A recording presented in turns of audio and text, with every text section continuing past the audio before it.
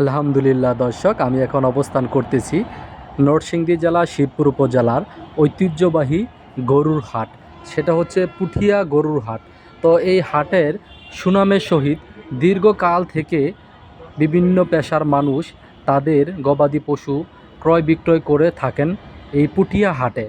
যেহেতু সামনে কুরবানের ঈদ, তারই প্রেক্ষিতে বিভিন্ন জায়গা থেকে গরু ব্যবসায়ীরা তাদের গরু বিক্রি করার জন্য এই হাটে নিয়ে আসেন।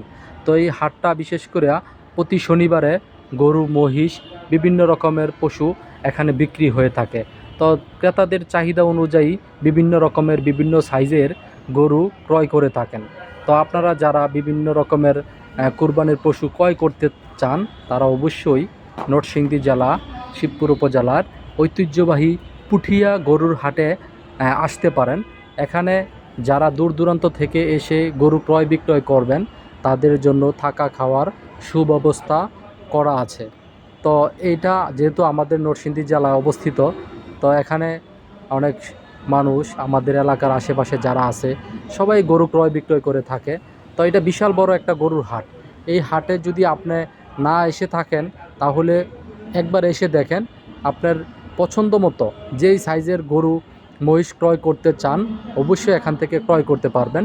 তো সব ধরনের গরু, মহিষ এখানে পাওয়া যায়।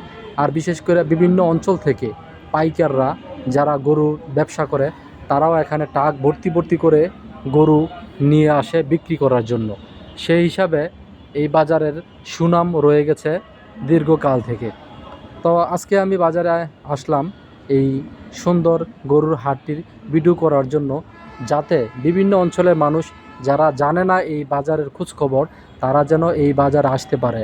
আপনার ঢাকা থেকে ইটাখলা, ইটাখলা থেকে আপনার বা ভৈরব থেকে ইটাখলা থেকে আপনার সিএনজি যোগে বা রিক্সা যোগে আপনার পুঠিয়া গরুর হাটে চলে যেতে পারবেন। এবং বিভিন্ন অঞ্চলে, বিশেষ করে আমাদের নরসিংদী জেলার ভিতরে যারা গরু লালন পালন করে, তাদের খামারে তাদের গরুগুলো এই বাজারেই বিশেষ করে বিক্রি করে থাকে। তো তারই প্রেক্ষিতে আমি এই বাজারে ভিডিওটা করলাম।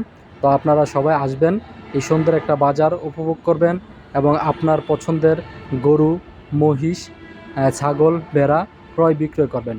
পর্যায়ক্রমে আরও কয়েকটা ভিডিও আমার আসবে এই পুঠিয়া হাটের। আপনারা সবাই এই সুন্দর সুন্দর ভিডিওগুলো দেখবেন, আপনার মূল্যবান মতামত প্রকাশ করবেন এবং কমেন্টস করবেন। যার যা যা জানার দরকার এখান থেকে কমেন্টস করে জানবেন। তো আজকের মতো এখানেই বিদায় নিচ্ছি। আপনারা সবাই ভালো থাকবেন, সুস্থ থাকবেন, আপনাদের পছন্দ অনুযায়ী সুন্দর সুন্দর গরু, মহিষ কুরবানি দিবেন। আল্লাহ হাফেজ।